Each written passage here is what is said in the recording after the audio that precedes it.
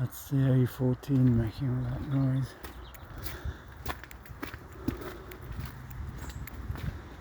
This is Bates Bite Lock that I'm at now. It's making the whooshing noise. The weir.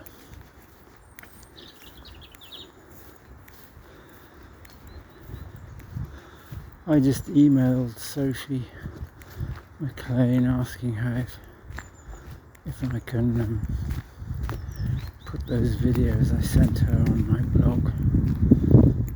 I don't know if I should. Maybe we can prove something, I don't know.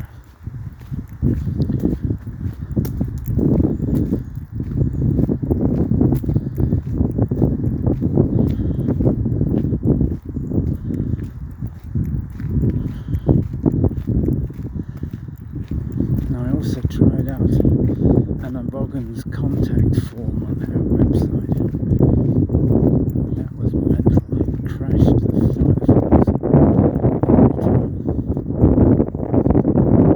I sent her a message yesterday.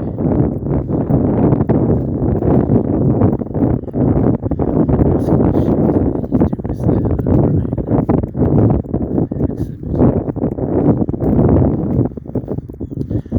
And the other thing I did was wondered if I could guess who Toby's biophysics supervisor at Cambridge was. And I looked at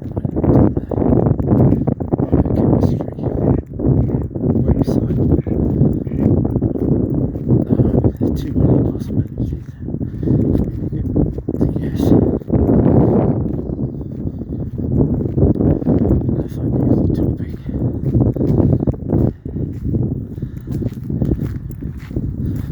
Boy, that stuff is just crazy.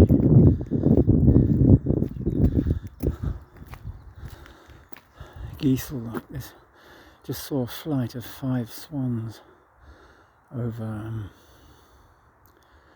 that railway bridge and footbridge combination in Chesterton.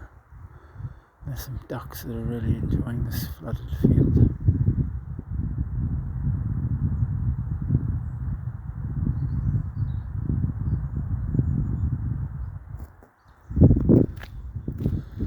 There's some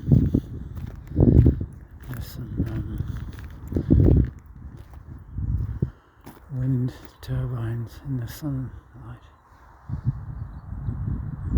which you probably can't see.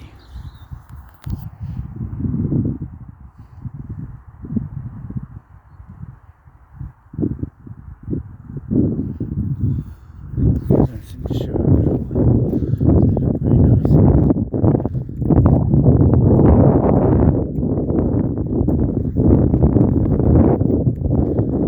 I don't know. I hope I haven't sent Sophie off on down a blind end, desperately trying to finish her proof of Goldbach.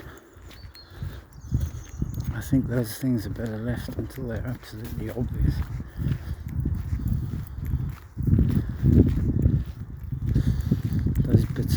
Those threads have knots at the end, Sophie.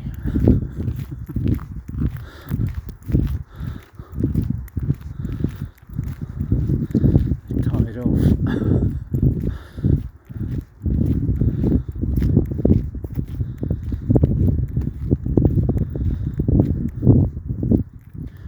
That was a really good day though.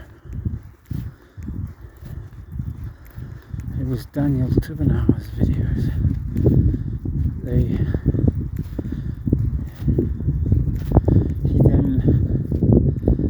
What I didn't show is that he then picks off where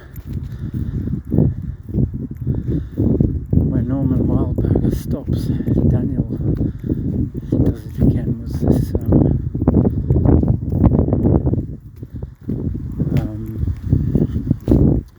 monoidal category lecture? I don't think I finished watching the first one. He's done the second one. And that kind of goes underneath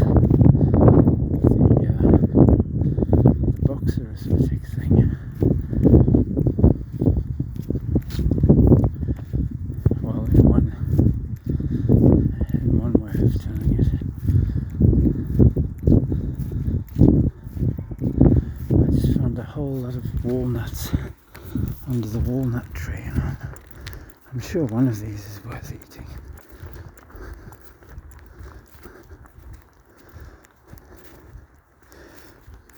This is about half of them.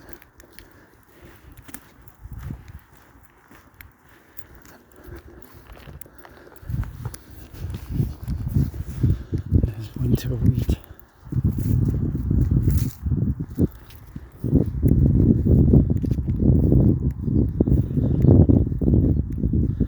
It's 6 o'clock, so I'm going to be coming back in the pitch black. I really don't like the way the world turns like this time of year. It's terrifying.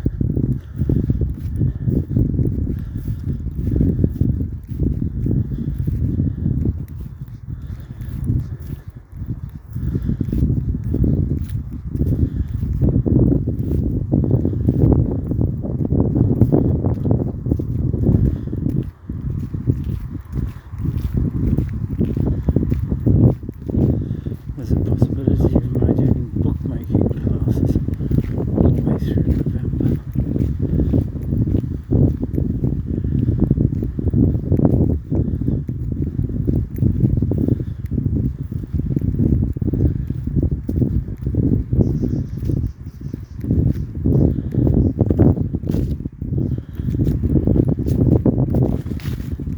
Well, all the way through the weekends of November. That would mean I'd have to stay here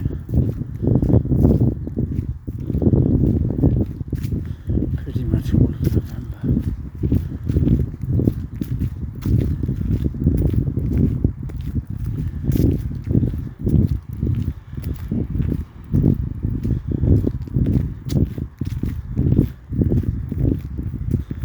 I've got to think of something to put in the book though before I make it. I'll make them.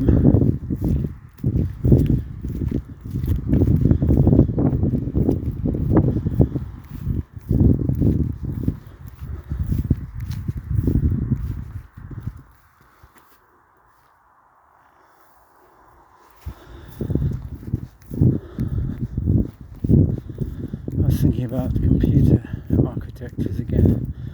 Found a very interesting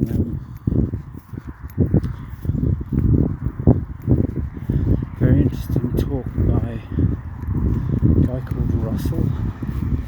Can't remember his first name. Norman. He was instrumental. He worked at the BBC when they contracted Acorn. I think he was saying that he found a letter from him to Herman Hauser in early 1981 talking about a Z80 version of BBC Basic, which apparently he was working on at the time. And it's very interesting hearing about how the BBC wanted initially to use a partly public-owned company, Newbury,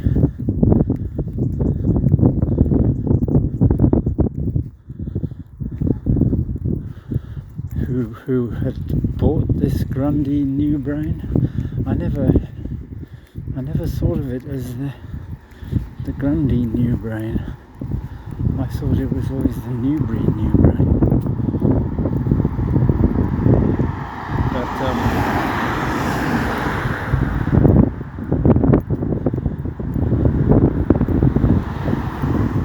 But because Newbury couldn't get the prototype running quickly enough,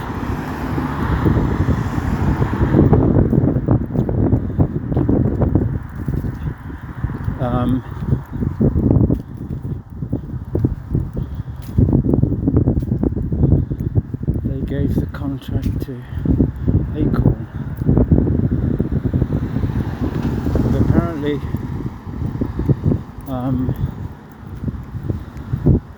Sophie Wilson was also writing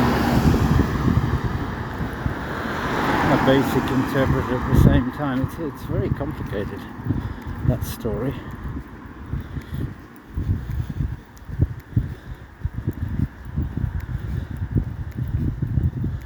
Sounds like with a bit of software portability they wouldn't have needed a particular BBC computer. They could have produced a standard BBC Basic. But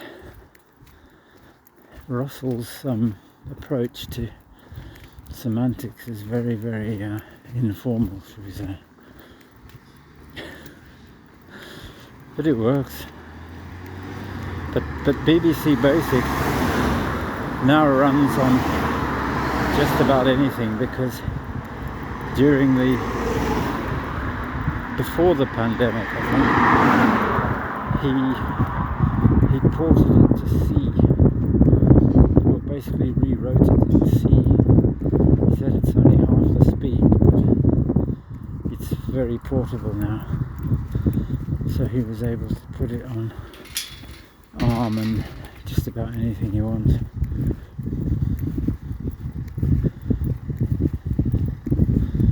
And so that reminds me that I said to Andy Toon that I would look at Dr. Gunter's C compilers, see how easy it is, how easy it would be to port them to the Feartech MicroBeast.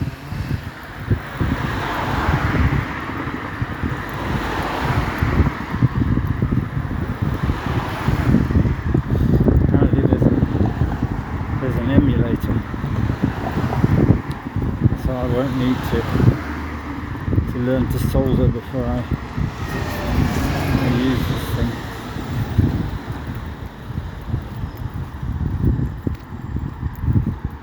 And the other interesting thing he told me about those old 8-bit architectures is that somebody came up with a kind of standard bus which quite a few peripherals work on. It's called the something bus.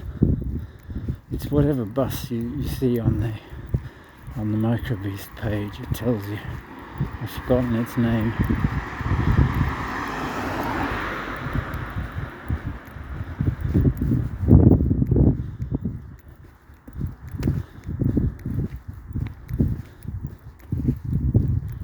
I was wondering whether that would be capable of acting like a tube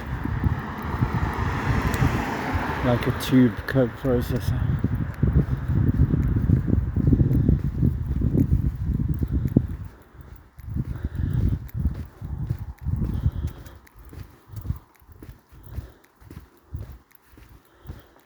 And I did boot my BBC, and it does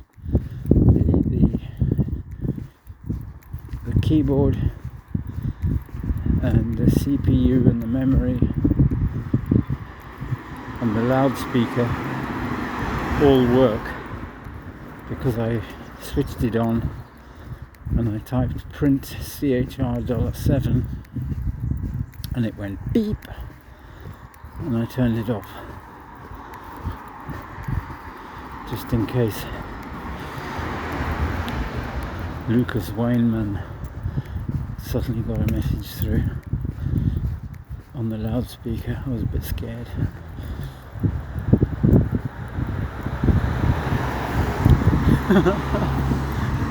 What a story. Oh, that's crazy. Crazy unbelievable.